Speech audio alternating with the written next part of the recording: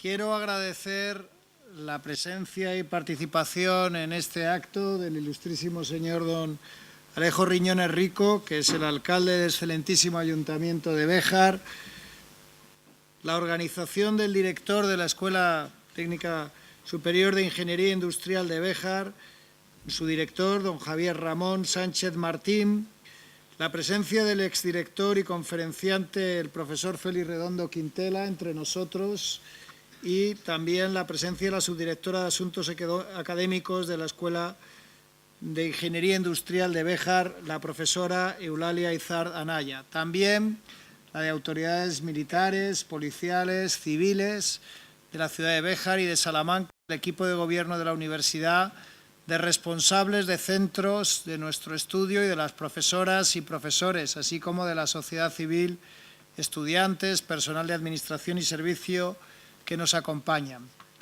Destacar el momento histórico de ser este el primer acto académico solemne que se celebra en Béjar, revestidos con los trajes académicos y con todo el protocolo y ceremonial de nuestro estudio en el 8º centenario.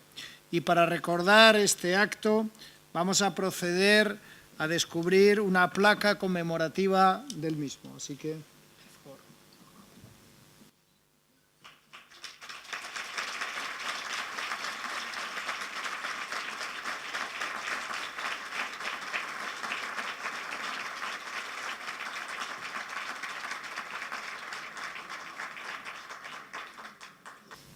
A continuación tiene la palabra el director de la Escuela de Ingeniería Industrial de Béjar, don Javier Ramón Sánchez Martín. Es un honor para nosotros recibir al señor rector y a gran parte de su equipo en este acto solemne de celebración del 8º centenario de la Universidad de Salamanca en el campus de Béjar. Gracias por haber tenido la sensibilidad de organizarlo y de acompañarnos. Saludamos a los decanos de las facultades de Derecho, Economía y Empresa y Filología aquí presentes. Y nos congratulamos de tener también aquí a la señora rectora de la Universidad Pontificia de Salamanca, al señor alcalde de Béjar y a concejales de todos los grupos de la corporación municipal. Sabemos que siempre estáis a nuestro lado y más en los momentos actuales en los que la colaboración entre la universidad y el ayuntamiento va a ser bastante especial y espero que de forma muy intensa y fructífera. Gracias también a las demás autoridades presentes, coronel del Ejército de Tierra, coronel jefe de la base de Matacán, señor jefe de la Comisaría de Policía Nacional de Béjar, señor teniente de la Guardia Civil, en fin, todas las autoridades presentes. Y gracias también a los decanos de los colegios de graduados ingenieros técnicos industriales de Salamanca, también al presidente de la delegación de Béjar y al decano de Cáceres. Por supuesto, a todos vosotros, profesores, personal de administración de servicio y estudiantes, es decir, a todos aquellos que hacéis que la escuela funcione día a día. Y una mención especial para mi equipo directivo, que por su trabajo, esfuerzo y dedicación en la tarea nada fácil del gobierno de la escuela. Gracias a todos. También doy la bienvenida pues, a alumnos de la Universidad de la Experiencia que nos han querido acompañar en este acto. Señor rector, si no me equivoco, y creo que no, esta es la 6ª vez que visita Béjar en el año que lleva en el cargo. Dudo mucho que haya habido otro rector que iguale esta marca. Para nosotros es importante tener cerca al rector y a los vicerrectores porque su continua participación en nuestros actos significa un mayor conocimiento de la escuela, de sus éxitos, pero también de sus problemas. Hoy estamos aquí para celebrar con solemnidad el 8º centenario de la Universidad de Salamanca, nuestra alma mater, esta universidad a la que nos sentimos orgullosos de pertenecer. Somos también los estudios de ingeniería más antiguos con que cuenta, con una larga tradición, pero también con un presente y un futuro. Queda muy lejano aquel 1852, año en que empezó su andadura la escuela industrial, con el objetivo de que la enseñanza técnica impartida contribuyese a insertar a los estudiantes en el entorno laboral. Ese era su objetivo principal. Y su entorno laboral no era otro que la entonces pujante industria textil de Béjar. Para que fuera una realidad, fue determinante la unión de todas las fuerzas vivas de la ciudad en un proyecto común, y la decisiva actuación del Ayuntamiento. Fue de las primeras escuelas de carácter técnico que se fundaron en España y también lo fue en 1902, cuando se transformó en Escuela Superior de Industrias, impartiendo los peritajes manufacturero, el textil, mecánico y eléctrico.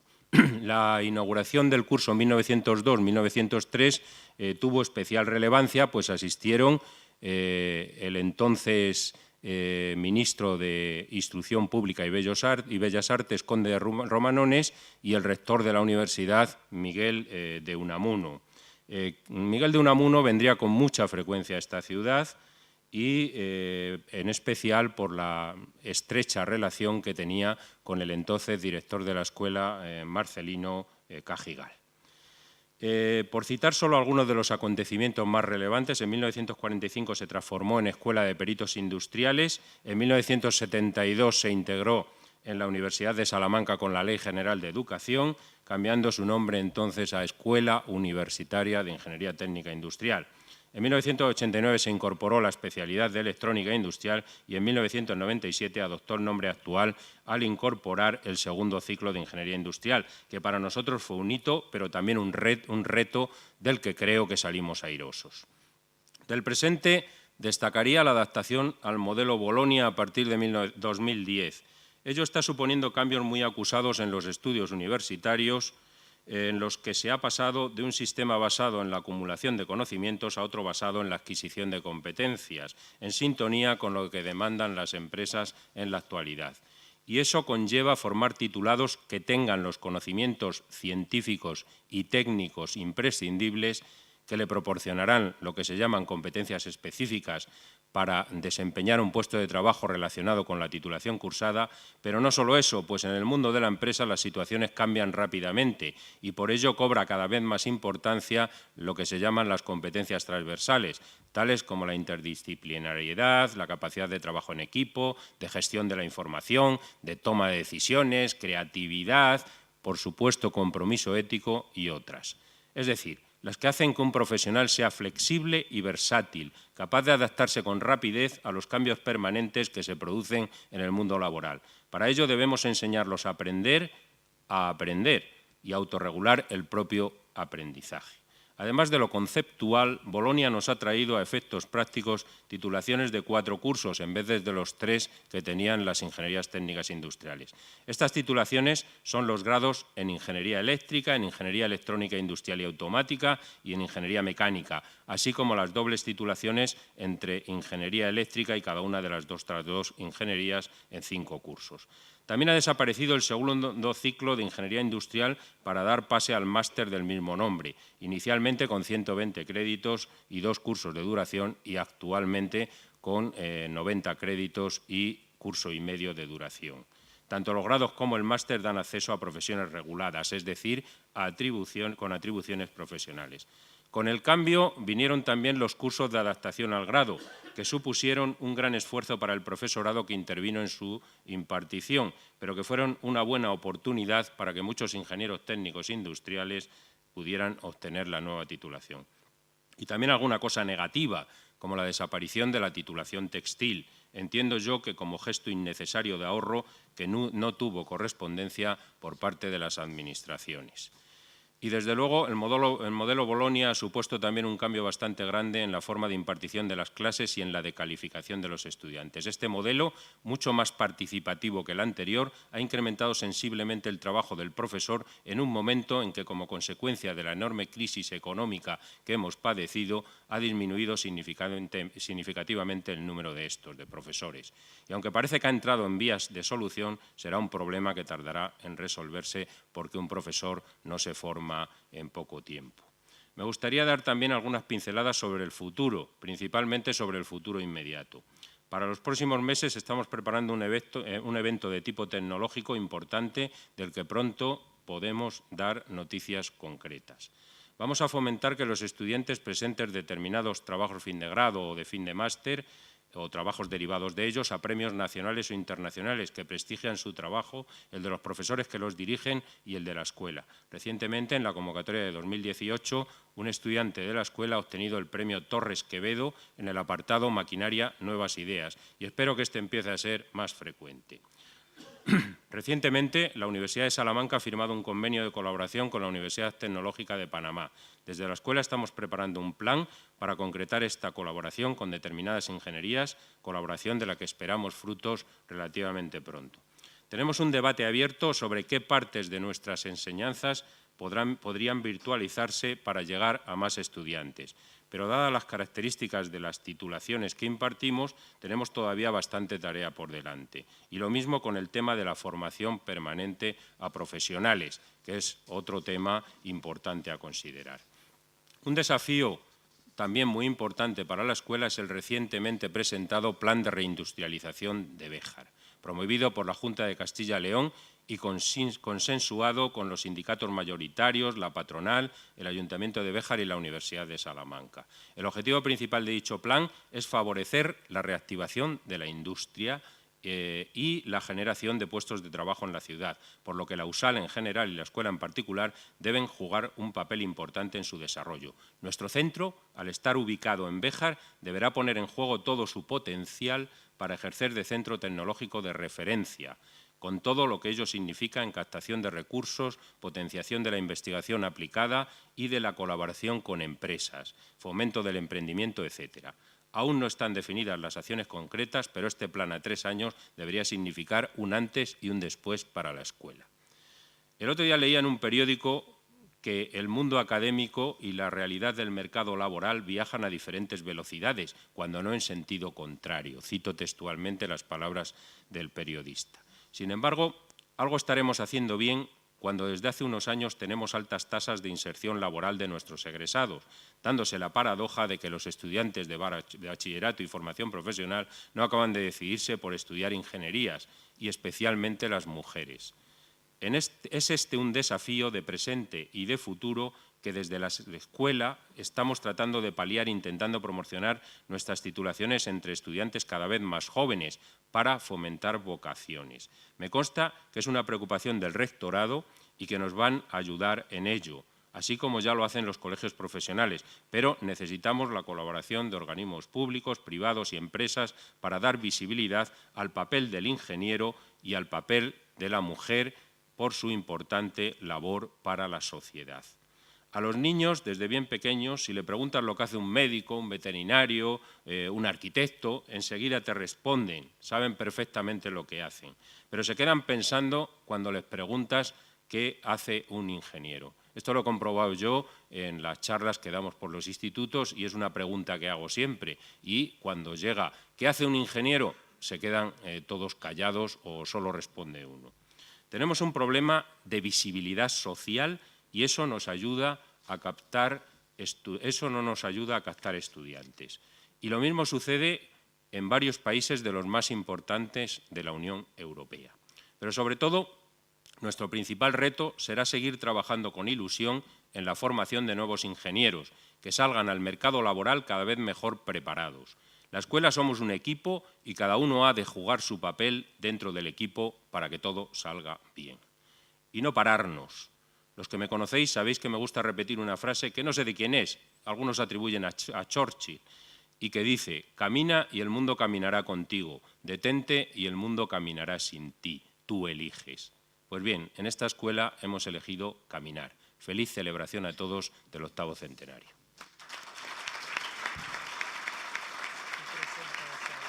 Muchas gracias al director. A continuación procederá también a presentar al conferenciante de hoy, el profesor Félix Redondo Quintela, que disertará en torno a la Escuela de Ingenieros de Béjar en la Universidad de Salamanca, proyectando también una serie de diapositivas.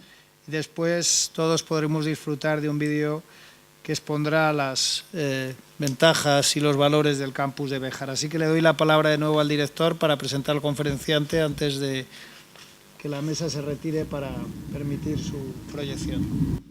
Muy brevemente, me cabe el honor de presentar al profesor doctor don Félix Redondo Quintela, catedrático de Ingeniería Eléctrica y profesor durante muchos años de esta Escuela Técnica Superior de Ingeniería Industrial.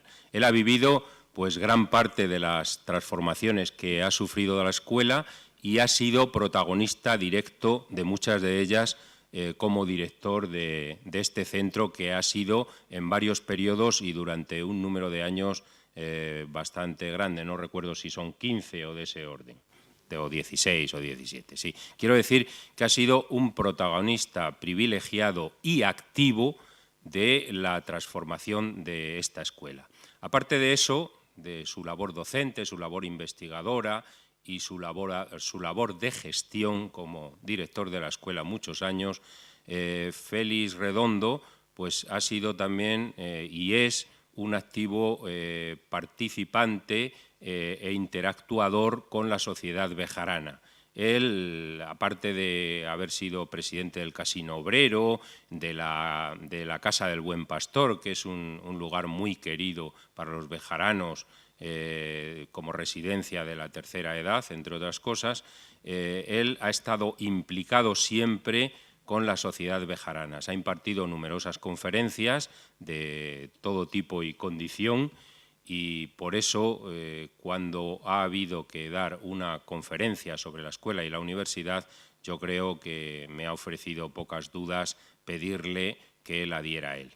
Te agradecemos, Félix, tu labor y el que hoy nos hables en esta charla. Señor rector, señoras y señores, el número que aparece en la pantalla estoy absolutamente seguro de que es perfectamente conocido por todos los que estamos aquí. Es el año en que sabemos que empezó su actividad la institución que hoy conocemos como Universidad de Salamanca, 1218. Quizá un dato algo menos conocido sea que fue el rey Alfonso IX de León el que la fundó.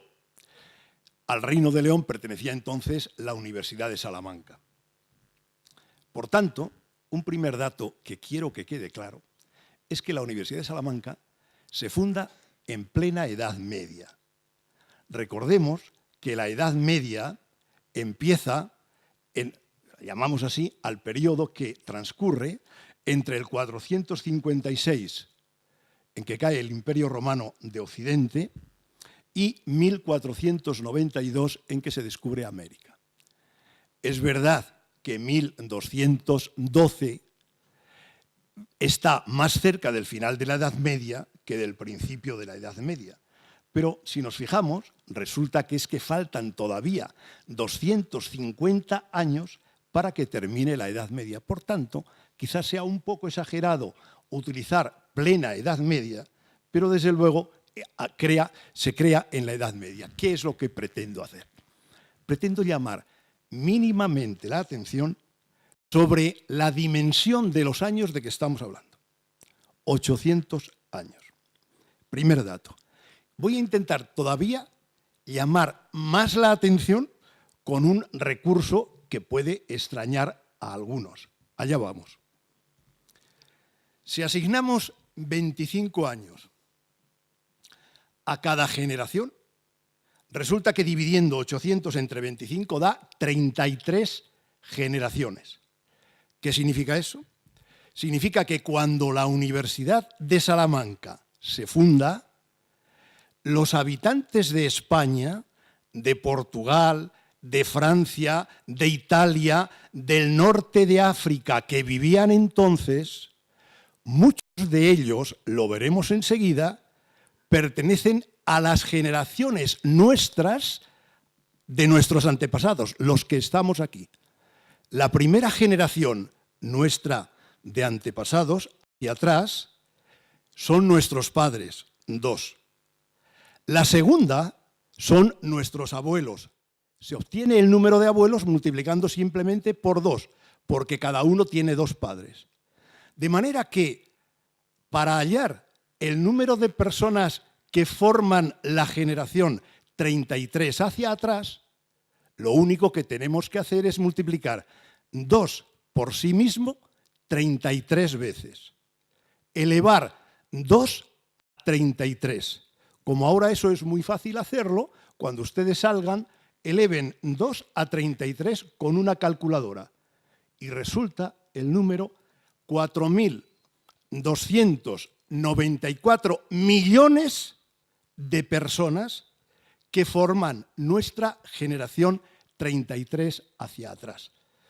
Significa eso que, bueno, que cualquiera que diga que cualquier habitante de España en aquel momento, de Portugal, de todos los alrededores, es antepasado nuestro, pues estadísticamente no anda muy descaminado, porque entonces, evidentemente, no había en el mundo ni siquiera esos habitantes.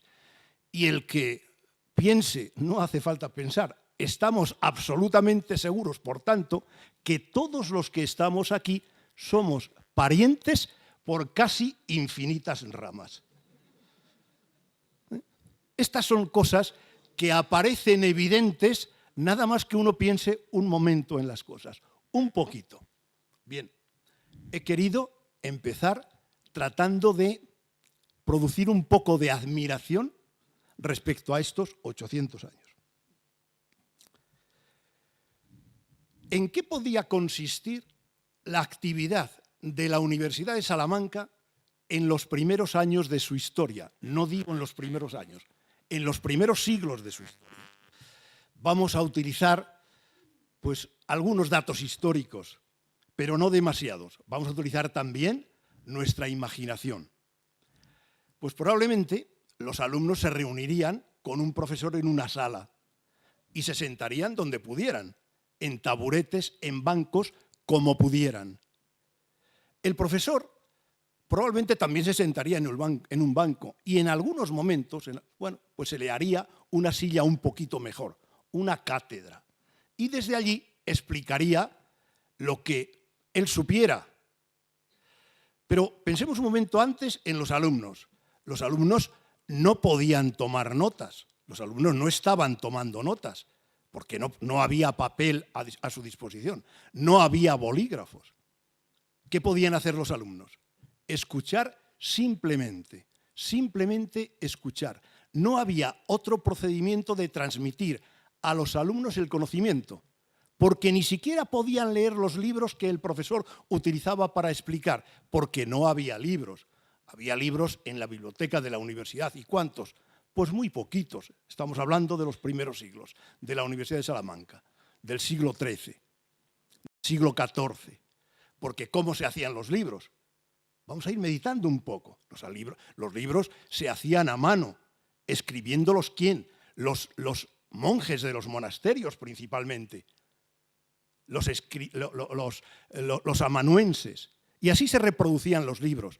Reproducían un libro, algunos autores dicen, bueno, pues en algunos se tardaba un año en reproducir un ejemplar. Es decir, los alumnos no tenían otra fuente de información y de formación que la palabra del profesor. Cuando el profesor quería que aquello se retuviera, a lo que recurría era a la repetición continua. ¿Y los profesores? Pues los profesores utilizaban los libros que había, que son, insisto, 4 libros, 5 libros al principio en la universidad. ¿Y qué libros utilizaba? Pues principalmente libros eclesiásticos, sin duda. A partir del siglo XII también empezaron a aparecer los libros de los filósofos griegos, principalmente de Aristóteles, por ejemplo. Bien, y eso era lo que se transmitía. Estoy tratando de llegar a que pensemos un poco cómo era aquella enseñanza. Se creía lo que se recibía solo porque lo decía quien lo decía, porque no había forma de contrastar con nada lo que se decía. Esto es lo que llamamos principio de autoridad. Así es como se enseñaba en las universidades. ¿Hasta cuándo? Pues digo que en el siglo XV empezó a cambiar un poquito la cosa. En el siglo XV es cuando se inventa, tenemos que dar saltos enormes, como estamos viendo, pero no cabe otra cosa en el tiempo de que disponemos.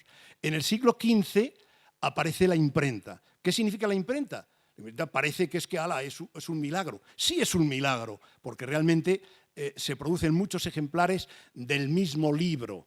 Ya no hace falta copiarlos, pero todavía es un trabajo ímprobo el hacer las planchas. No creamos que aquello era algo parecido a lo que tenemos ahora, que llamamos por teléfono, mandamos por ordenador el contenido y al día siguiente, bueno, a la semana siguiente, lo tenemos hecho prácticamente. Pero lo cierto es que sí que se podía disponer ya de más ejemplares y empezaron a llegar ejemplares a las universidades.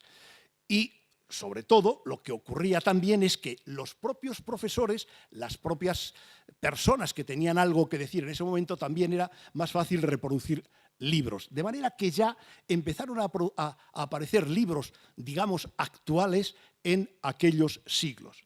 Y así damos otro salto enorme y llegamos a Galileo, al siglo XVII. Galileo ya tiene posibilidades de contrastar. Es decir, de que aquello que dice Aristóteles, aquello que dicen los libros que se están trasladando en las aulas, ya se puede contrastar con otros muchos libros, con muchos otros autores, con otras opiniones.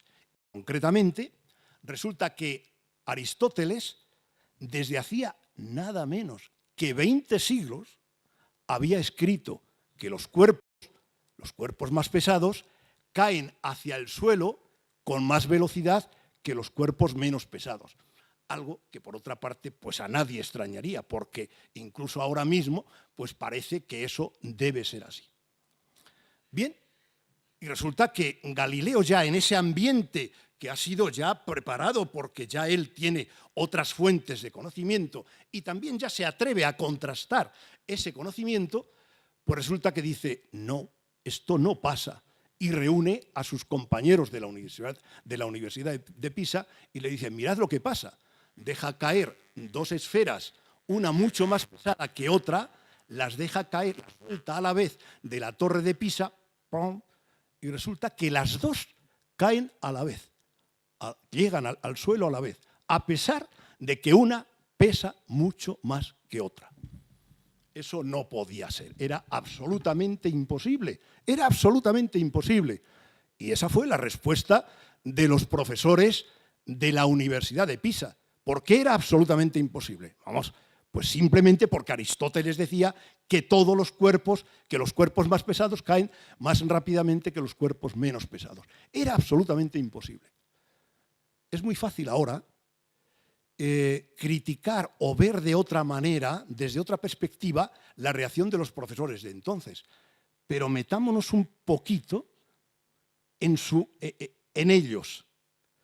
Resulta que si ponían en tela de juicio lo que en ese tema decía Aristóteles, toda la autoridad de Aristóteles y de todos los demás, estoy utilizando solo símbolos, como es claro, desaparecía. ¿Pero qué significaba que desaparecía?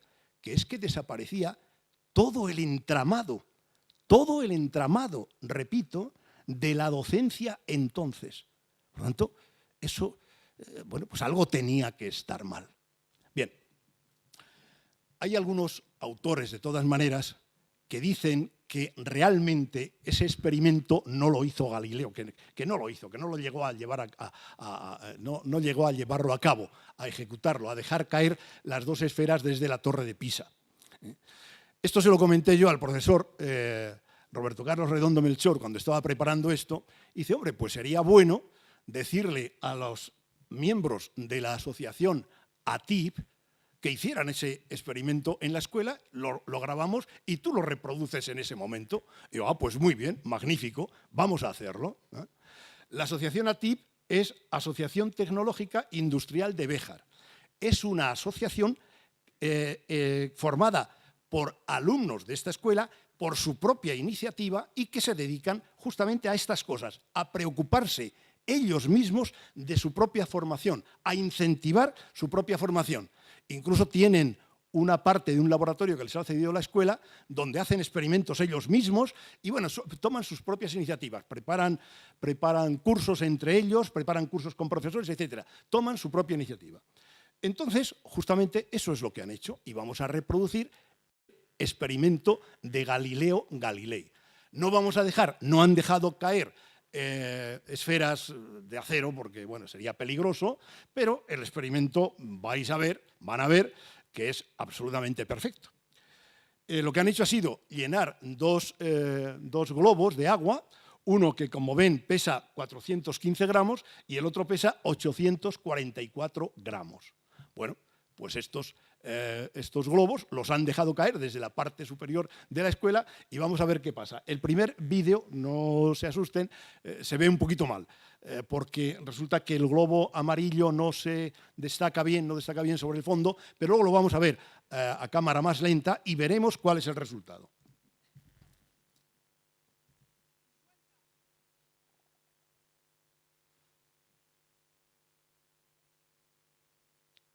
Bueno, evidentemente se ve que al final caen los dos globos a la vez, pero como digo, vamos a verlo con más detalle.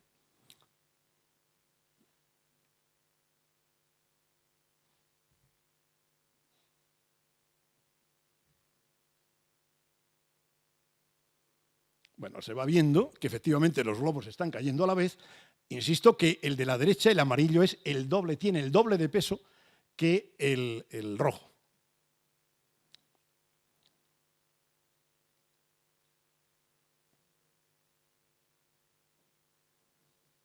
Bueno.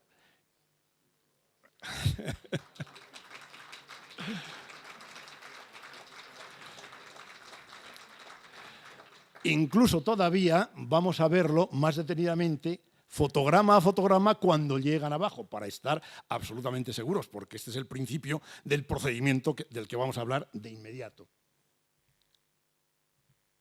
Bueno, efectivamente llegan abajo a la vez.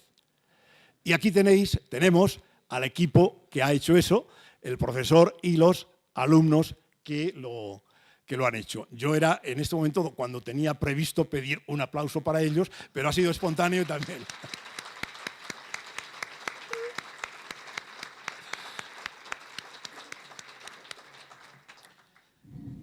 Hiciera o no hiciera el experimento Galileo, el experimento de dejar caer desde la Torre de Pisa las dos esferas, resulta que es verdad. Resulta que los cuerpos, en fin, la cosa puede estar un poco modificada por el aire, pero si uno tiene cuidado, resulta que efectivamente los cuerpos caen a la Tierra con independencia de su peso, con la misma velocidad, dos cuerpos de diferente peso. ¿Eso fue aceptado de inmediato? Pues la verdad es que no fue aceptado de inmediato. Pero poco a poco, con este experimento y otros similares, se va imponiendo una forma de conocer, una forma de saber, una forma de tratar de interpretar el mundo totalmente distinta a la que se había mantenido hasta entonces, que es lo que llamamos el conocimiento científico, que es, concretamente, de una forma más explícita, es la forma científica de conocer, el científico. ¿En qué consiste el método científico? Pues, desgraciadamente para todos los que habían sostenido esa forma de hacer, es dejar de un lado el principio de autoridad. La autoridad no sirve absolutamente para nada en el método científico. A lo más que sirve es para decir, bueno, pues vamos a comprobar lo que dice este, pero nada más. Lo que manda es la realidad. Es la realidad la que manda. Claro, ¿qué realidad? También aquí hay mucha discusión, pero por lo menos aquello que nosotros percibimos como realidad. Y a partir de esa realidad hay que crear teorías que la expliquen. Probablemente de esas teorías, tenemos experiencia de que es así, de esas teorías sacamos algunas consecuencias que nos sirven para seguir aumentando ese conocimiento. En eso consiste el conocimiento científico. Estamos en el siglo XVII. A partir de ese momento empieza a introducirse, no de golpe ni mucho menos, pero poco a poco, el conocimiento científico en la universidad. Y ahora voy a hablar de otra cosa, porque hasta aquí, bueno, pues hemos hablado de algo que más o menos todos conocemos, pero voy a hablar de otra cosa de la que se habla, de la que se habla poco, al menos en el plan en el que yo voy a hablar aquí. Resulta que, si nos damos cuenta hasta ahora, todo el conocimiento, toda la actividad de la universidad de la que hemos estado hablando, pues era la actividad, pues, de una clase, de la clase de profesores, de estudiantes, etc. Pero A lo largo de la historia, y hasta hace 2 días, como quien dice, resulta que la sociedad ha estado dividida en clases. Y había una clase de la cual no hemos hablado nada ahora, porque tampoco intervino hasta este momento que voy a decir en lo que hemos hablado. Me estoy refiriendo a la clase que, por llamarla de una manera muy respetuosa, vamos a llamar aquí tercer estado. ¿Cuál es la clase que forma el tercer estado? Pues la clase que forma el tercer estado es el conjunto de personas que ganan la vida trabajando con las manos, vamos a decirlo así. Estoy hablando de los agricultores, de los artesanos, de los herreros, de los albañiles, etc. Nadie consideró, por lo menos de la manera en que aparecen las cosas en la universidad, en las publicaciones, nadie consideró que de hacer cosas con las manos, de trabajar con las manos, iba a surgir algún tipo de conocimiento. Hoy, pues a lo mejor no hemos meditado todavía suficientemente en ello. Esto es lo que pretendo yo corregir en lo que pueda. No hemos meditado suficientemente en ello. Pero me estoy refiriendo al conocimiento que tiene el que planta tomates cada año, el que va adquiriendo al darse cuenta de que las semillas que planta son de los mejores tomates, en la siguiente generación consigue mejores tomates. O me estoy refiriendo al que está trabajando con animales y que eligiendo los padres consigue los mejores animales. O me estoy refiriendo a los herreros que saben que calentando el hierro y golpeándolo lo pueden darle forma. O que metiéndolo en agua inmediatamente el hierro se endurece mucho más que si no se mete. Ese conocimiento había estado, y en cierto modo presentado así, ha sido ignorado durante toda la historia. Desde luego, antes del siglo XIX, absolutamente. Como conocimiento, digo. Pero ese conocimiento se iba acumulando en las personas que trabajaban así. Y resulta que para el resto de la sociedad, es decir, para todos los demás, no para ellos porque ellos sabían que había que ir acumulando ese conocimiento. Para el resto de la sociedad, de la noche a la mañana, aparece un objeto inanimado que se mueve a sí mismo. No solo se mueve a sí mismo, sino que es capaz de arrastrar a los carruajes que hasta ese momento solo se podían arrastrar por caballos, por caballerías. Todos, estoy seguro, que sabéis que me estoy refiriendo a la locomotora de vapor. La locomotora de vapor surge de ese conocimiento del tercer estado y muchas cosas más. Vamos a tomarla como símbolo. Ese conocimiento es al que vamos a llamar de ahora en adelante conocimiento técnico, pero surge de ese estado, de la práctica, del hacer. Inmediatamente se produce la revolución, de eso sí se habla, revolución industrial. El primer ferrocarril se hace en 1825 en Inglaterra, el primero que hace España en Cuba, en 1837, el siguiente en la península, que lo hace en 1848. Bueno, y por todo el mundo empiezan a hacerse ferrocarriles. Claro, los gobiernos se dan cuenta de que es necesario crear personas que trabajen en eso ya, porque es mucha la actividad que hay. Concretamente, en 1850, Seijas Lozano crea en España la enseñanza industrial, por medio de un Real Decreto que conocemos hoy, el Real Decreto de la creación de la enseñanza industrial. A ver, no la crea ampliando la enseñanza que ya había, la enseñanza de la universidad, no. Aquello era inconcebible en ese momento, porque estamos hablando de formar a personas que se iban a dedicar a preparar los trabajos y a hacer trabajos manuales, a hacer trabajos con las manos. Estamos hablando, digamos, del tercer estado, por utilizar una palabra, bueno, pues una palabra que no daña. Incluso las formas de nombrar a ese estado eran distintas. No se crea en la universidad. Inmediatamente, Béjar, como ya lo ha dicho Javier, pide inmediatamente en 1852 No, lo pide inmediatamente la creación de una enseñanza, de una escuela industrial aquí, se le concede en 1852 y ese mismo año de 1852 empieza a funcionar la escuela, que es el primer antecedente. Era una escuela elemental, por utilizar un lenguaje actual sería algo así como un bachillerato elemental técnico, pero es el primer antecedente de esta escuela de ingenieros en la que estamos en este momento. Tenemos que dar un salto muy grande, vamos hasta la creación, también citada por Javier hace un momento, de la creación de la Escuela Superior, Superior de Industrias. Escuela Superior de Industrias. El conde de Romanones crea en 1901 9 escuelas superiores de industrias en toda España. Y una de ellas, la de Béjar. Están concebidas las escuelas estas superiores de industrias como continuación de las anteriores. Bueno, él viene, la importancia que tenía Béjar entonces era considerable desde este punto de vista, y viene a inaugurar en 1900 la escuela aquí, y viene acompañado, como se ha dicho también, por Miguel de Unamuno, que era rector de la Universidad de Salamanca, entonces, porque el día anterior habían estado inaugurando el curso en Salamanca.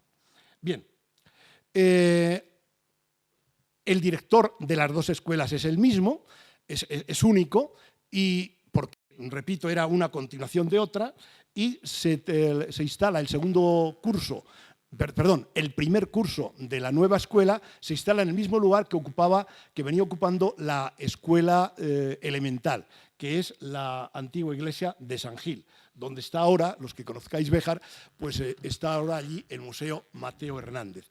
Ese lugar queda pequeño. Bueno, ya se ve que es pequeño, que allí no pueden estar las 2 escuelas, y el ayuntamiento inmediatamente pues, se pone a habilitar el antiguo convento de San Francisco, que es al lugar al que se trasladan las 2 escuelas en el curso 1903-1904. Y es ahí donde Unamuno empieza a intervenir de una manera intensa, no solo en la escuela, sino en toda Béjar, porque él es el que inaugura ese curso de 1903-1904, Unamuno. Y dice un discurso del que voy a entresacar algunas frases. Ya sé que algunos de los que estáis aquí conocéis perfectamente lo que voy a decir, pero otros no. Y os tengo que confesar que siempre que tengo ocasión hablo exactamente de este tema, porque me parece una cuestión de absoluta justicia. Por tanto, pido disculpas a aquellos que ya conozcáis y que incluso me hayáis oído hablar de este tema concreto, son unos 3 minutos, pero creo que en este momento en que la Universidad de Salamanca aparece aquí revestida, como se ha dicho, es importante incluso decir lo que voy a decir sobre Unamuno. Resulta que empieza el discurso y entre él dice, fíjense bien lo que dice, habrá de ser un centro de experimentación y de ensayos, en el que no solo se enseñe la industria bien hecha, sino que se aprenda a hacerla. Repito, habrá de ser un centro de experimentación y de ensayos. No dice un centro de investigación, pero es que investigar y ensayar es lo mismo, es eso. Pero además está diciendo, utilícese la enseñanza para progresar, para hacer industria. Es decir, Unamuno no pensaba, ni mucho menos que eso de hacer industria y de investigar y de tal, era impropio de la universidad, era impropio de España. No pensaba eso. Esto lo está diciendo en 1903 en esta escuela, no en este lugar, pero en el antecedente de esta escuela. ¿Por qué digo esto? Digo esto porque en 1906 Unamuno escribe un cuento y a uno de sus personajes le hace decir la famosa frase, que inventen ellos, que inventen ellos. ¿Por qué escribe primero Unamuno ese cuento?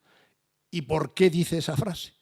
Pues porque en esos momentos, como nos gusta hacer mucho, pues resulta que hay personas que están escribiendo en los periódicos, en las revistas, lo bien que se hacen las cosas fuera y lo mal que las hacemos dentro. Es decir, lo bien que se hacen las cosas fuera, principalmente en Alemania, en aquel momento, desde el punto de vista industrial, etc., y lo mal que se hacen las cosas dentro. Porque si uno lee el cuento de Unamuno, lee el escrito de Unamuno, se da cuenta que Unamuno no quiere decir inventen ellos, quiere decir ya está bien, ya está bien. Eso es lo que quiere decir Unamuno.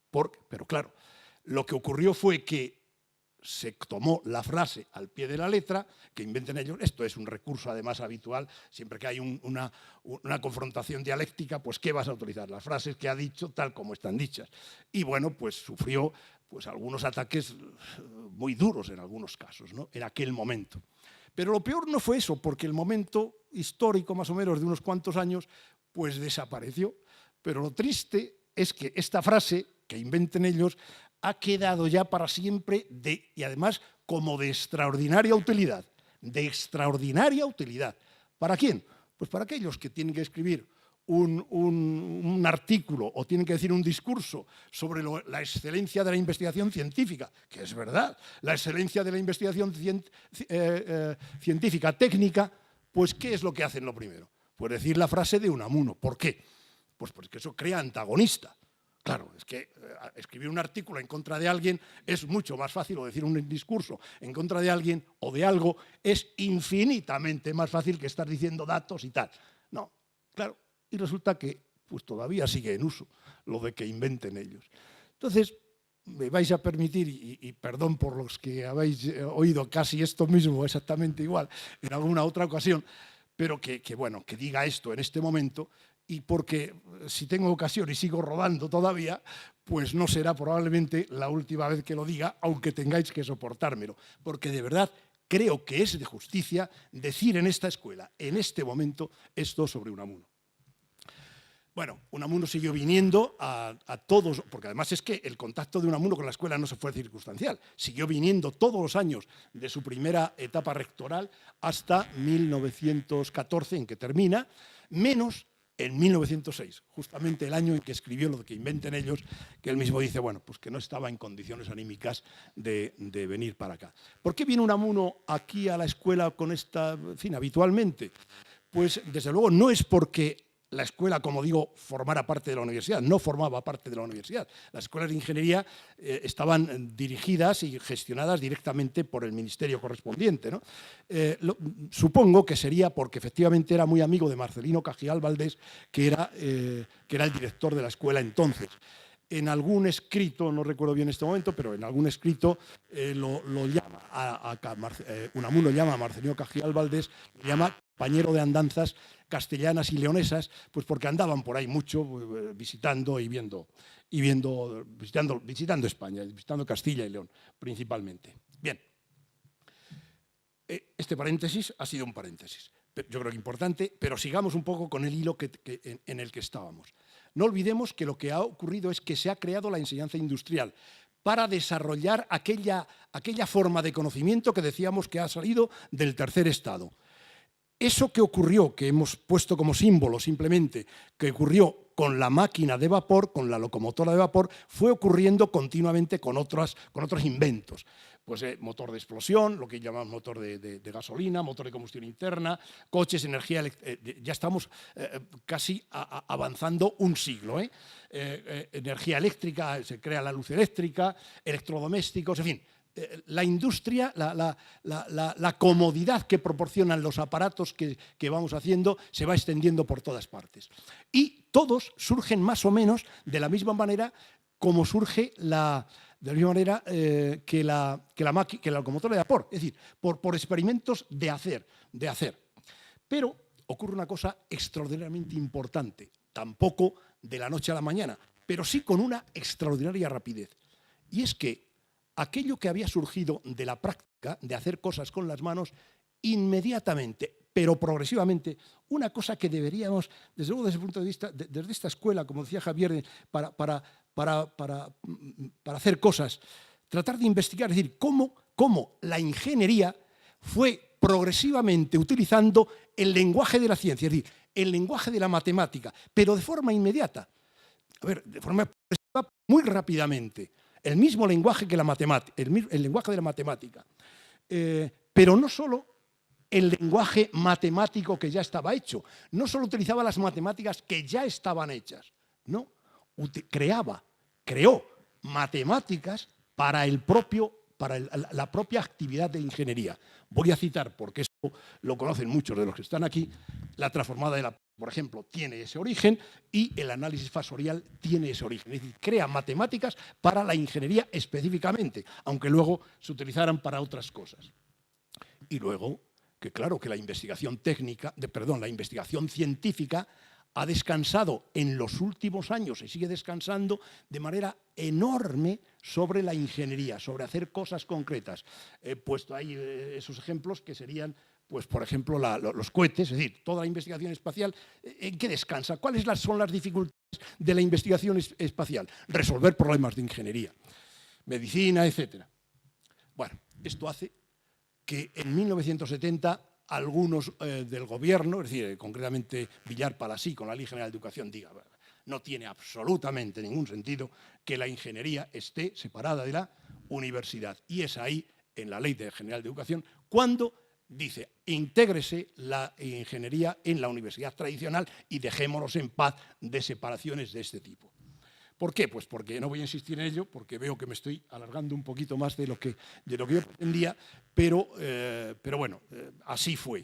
De manera que, claro, eso ocurrió, es decir, la integración de las escuelas de ingeniería en la universidad, la ley era de 1970, pero esta escuela se integró en 1972. Porque, bueno, hubo que prepararse, se hizo unas comisiones, etc. En 1972, a ver, uno que parece que fue ayer, ¿verdad? Porque, como decía Javier, estas cosas yo las viví directamente. Y resulta que no fue ayer. Cuando yo echaba aquí la cuenta, digo, anda, pero si es que han pasado 46 años. Una barbaridad, 46 años.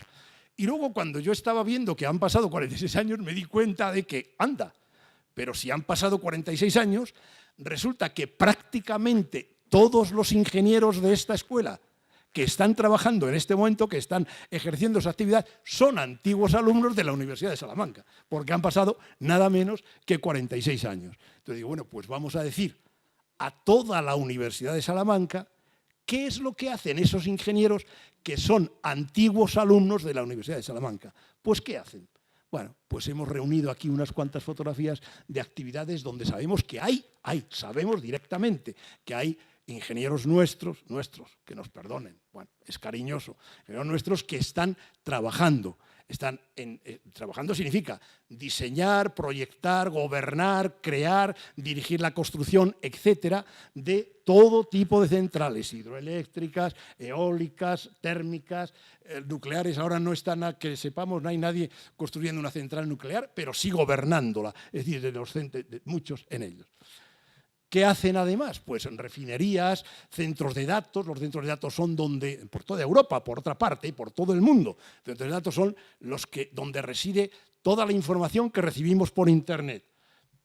Están haciendo aviones, instalaciones de aviones. Es decir, un avión no es solo diseñar las alas y diseñar las formas. Un avión es diseñar todas las instalaciones que llevan en el interior. Entre ellas toda la instalación eléctrica, por ejemplo, y de control, etcétera. Aviones, barcos, trenes, automóviles, etcétera, etcétera. Y absolutamente todo tipo de instalaciones que no voy a enumerar. Pero sí quiero que poquito a poquito, como decía con alguno de mis compañeros de entonces, algún compañero de humanidades, que poquito a poquito también la Universidad de Salamanca se vaya dando cuenta. Estoy seguro que muchos, todos lo sabemos, que desde 1972 hay actividades pues, que antes eran un poco extrañas para la universidad, pero que ahora no lo son tanto. Termino ya. A ver, me he apoyado muy ligeramente, desde luego, en la historia de la Universidad de Salamanca y en la historia de la Escuela de Béjar. ¿Para qué? Pues para repasar las formas de conocimiento. Me he parado también un poquito más en el conocimiento técnico en la ingeniería. ¿Por qué?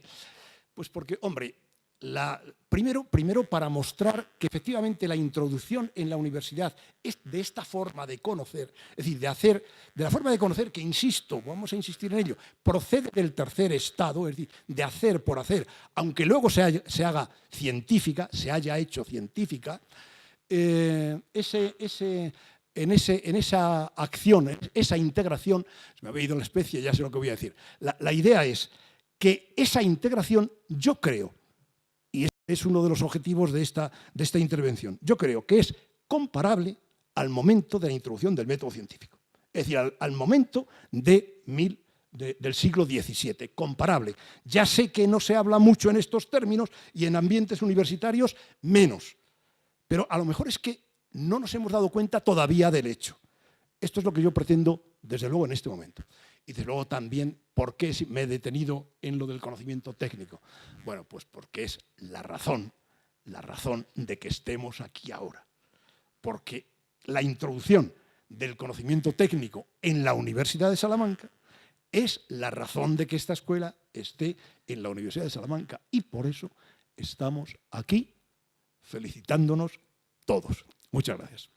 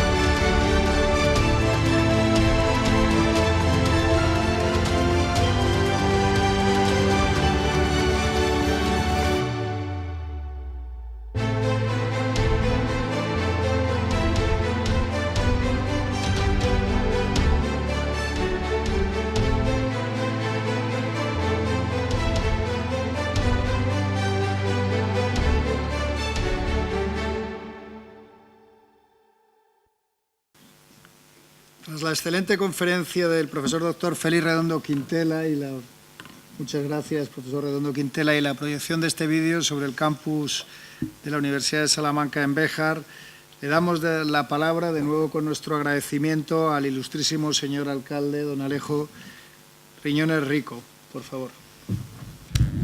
Sí, muchísimas gracias, señor rector. Hablar después de don Félix Redondo Quintela es muy complicado, muy difícil. Señor rector, magnífico don Ricardo Rivero, señor director de la Escuela Técnica Superior de Ingenieros Industriales, don Javier Ramón, señores vicerrectores de la Universidad de Salamanca, profesor don Félix Redondo Quintela, señores decanos, representantes del Ayuntamiento de Salamanca, nuestro querido Enrique Sánchez Quijo, que está aquí representando a ese ayuntamiento, autoridades civiles y militares y académicas, profesores y estudiantes.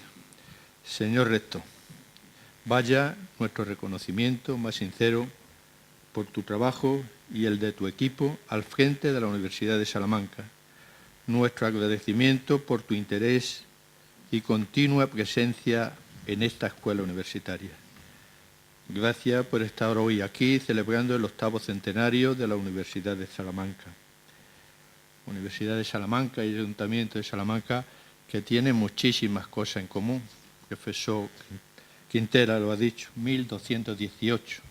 En 1218 se impulsa la creación de la Universidad de Salamanca, pero pocos años después el mismo rey otorga a la ciudad de Béjar el título de muy noble 1229. Pero es que por esos años también se pone en práctica el fuero de la ciudad de Béjar, Universidad y Ciudad de Béjar siempre unidos. Querido rector, somos defensores con ahínco y a ultranza de este centro. Por eso, Administración y Universidad vamos siempre unidos de la mano desde aquel 20 de julio de 1852, fecha en la que Isabel II, por decreto, creaba la Escuela Industrial de Béjar. A través del tiempo han sido numerosísimos los profesores que fueron pasando por este centro, dedicados a la enseñanza dentro de los parámetros nacionales, en renovaciones constantes para una mejor educación de los alumnos. Béjar, sin duda alguna, tiene una dilatada historia de personalidades que han destacado en campos muy variados, pero nombres como Nicomedes Martín Mateos, Marcelino Cajigal López, don Antonio Camarasa Monje, don Valentín Domínguez Díaz, don Luis Montero Cortina, don Javier Ramón Sánchez Martín, don Félix Redondo Quintela, todos ellos, directores y profesores de nuestra escuela, han escrito una de las páginas más gloriosas. Miles de estudiantes se han formado en esta escuela y han ocupado y ocupan importantes puestos en la sociedad española, pudiendo asegurar que son nuestros mejores embajadores. La influencia económica y social de la escuela en nuestra ciudad ha sido grande, favoreciendo desde su origen las economías más débiles. El Ayuntamiento de Béjar, desde julio de 1852, ha estado al lado de su escuela universitaria. Así quedó patente el 2 de diciembre de 1996 que, tras arduos trabajos, con manifestaciones incluidas en la ciudad de Béjar, la Junta de Castilla y León accedía a que se impartiera en la escuela universitaria el segundo ciclo de ingenieros industriales. Faltaba el reconocimiento público del Ayuntamiento a una institución que a lo largo de más de un siglo y medio se ha dedicado no solo a la enseñanza, sino a contribuir al progreso de nuestra ciudad, siendo ejemplo y modelo. Por ello, en el año 2002, la ciudad de Béjar, orgullosa de su escuela universitaria, le entregó la medalla de oro de la ciudad. Y el caso más reciente es nuestro programa territorial para Béjar 2019-2021, en el que la Universidad de Salamanca, a instancia del Ayuntamiento, tendrá un papel muy importante con su asesoramiento y orientación empresarial, potenciando el emprendimiento y los proyectos de investigación, desarrollo, innovación y emprendimiento, un esfuerzo conjunto que hará de Béjar una ciudad mejor.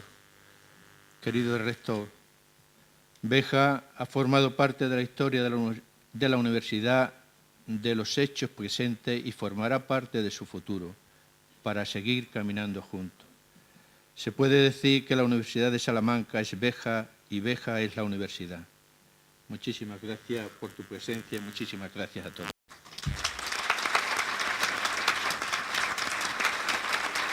Muchas gracias, querido alcalde, ilustrísimo señor alcalde, señora rectora magnífica de la Universidad Pontificia de Salamanca. Muchas gracias por acompañarnos, demostrando la comunión entre dos instituciones de educación superior en la misma provincia. Señor director, señora subdirectora, profesor Redondo Quintela, autoridades académicas, militares, policiales presentes en el acto, profesoras y profesores de la escuela, estudiantes, personal de administración y servicios y vecinos y vecinas de Béjar, que apreciáis también la presencia de la Universidad de Salamanca, que hoy celebramos, recordando el pasado, pero también avanzando un futuro que en el programa de reindustrialización, en ese plan que ha anunciado, que ha recordado el alcalde, nos avanza el trabajo que tenemos por delante para los próximos años. Esta no es solo una celebración de 800 años de Universidad de Salamanca, sino un hito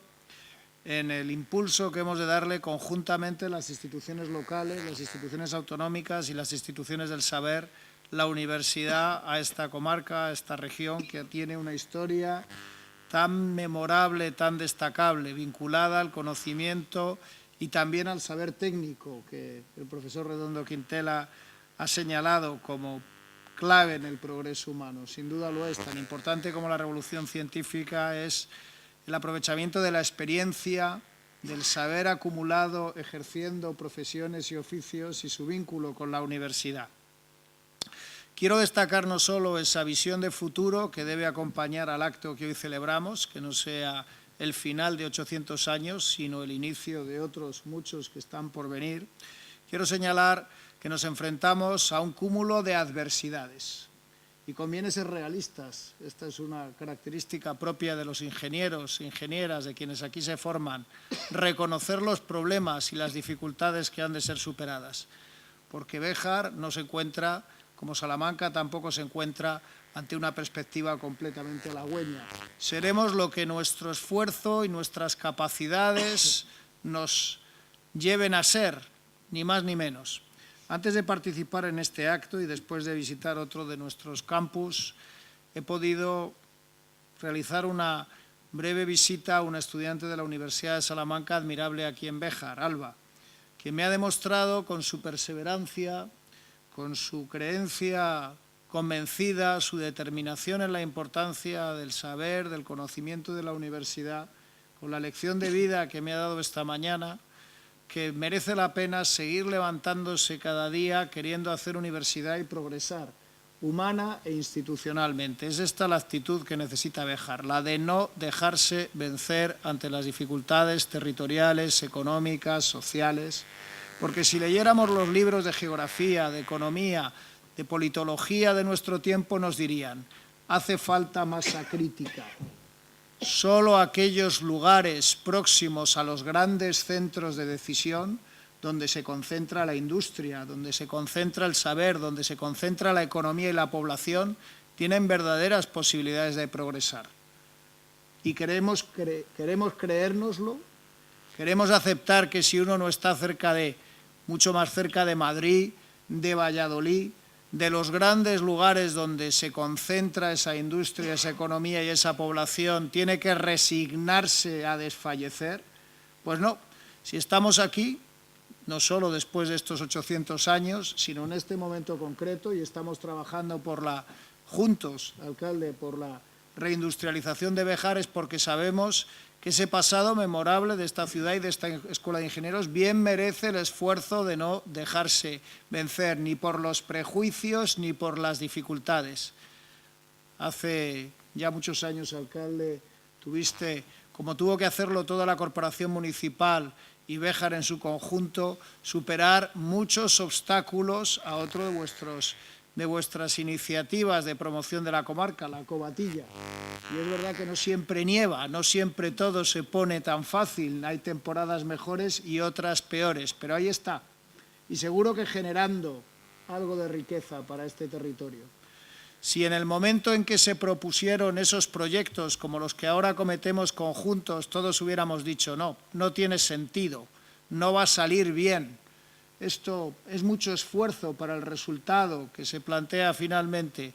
Si no hubiéramos estado juntas las instituciones y todos hubiéramos creído en ello, en la escuela, como en ese programa en el que avanzaremos los próximos años, pues Béjar hubiera emprendido una curva desfalleciente, una curva de languidecimiento que agudizaría aún más su pérdida de población, su pérdida de economía y su pérdida de oportunidades.